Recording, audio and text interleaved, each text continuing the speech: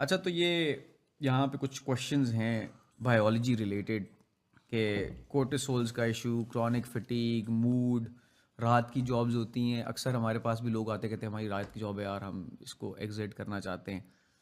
تو I mean what kind of impact does it have on an individual who's working in a call centre جو night shifts کر رہا ہے؟ If you manage it right, I mean, we can't really go against the system. I mean, اللہ تعالیٰ نے ایک نظام ہمیں دے دیا ہے صبح اور رات والا.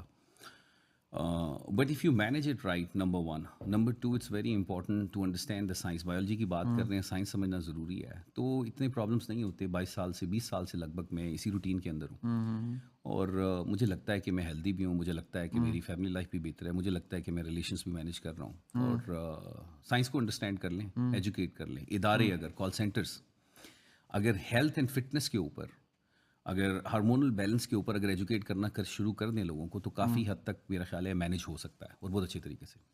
تو ایک بندہ جو رات کو سوتا ہے اور ایک بندہ جو دن میں سوتا ہے، اس کی ہیلتھ کے اوپر نیگیٹو امپیکٹس آتے ہیں؟ آتے ہیں. کیا فرق ہے؟ I mean what's the difference? See what I did, میں اپنا بتا سکتا ہوں آپ کو. مطلب جب میں نے کریئر سٹارٹ کیا 20-21-22 سال پہلے، تو میرا جو کمرہ ہے اس پہ پردے لگے ہوتے تھے. It was dark. بیسکلی کارٹیسولز کی اگر ہم بات کرتے ہیں، تو ڈارکنیس جو ہے نا بیسکلی وہ ریلیٹ کرتی ہے اس کے ساتھ. پردے لگے ہوئے ہیں. پھر میری والدہ بڑی اس معاملے میں سخت تھیں، کسی کو شور نہیں مچانے دیتی تھیں اینڈ آل.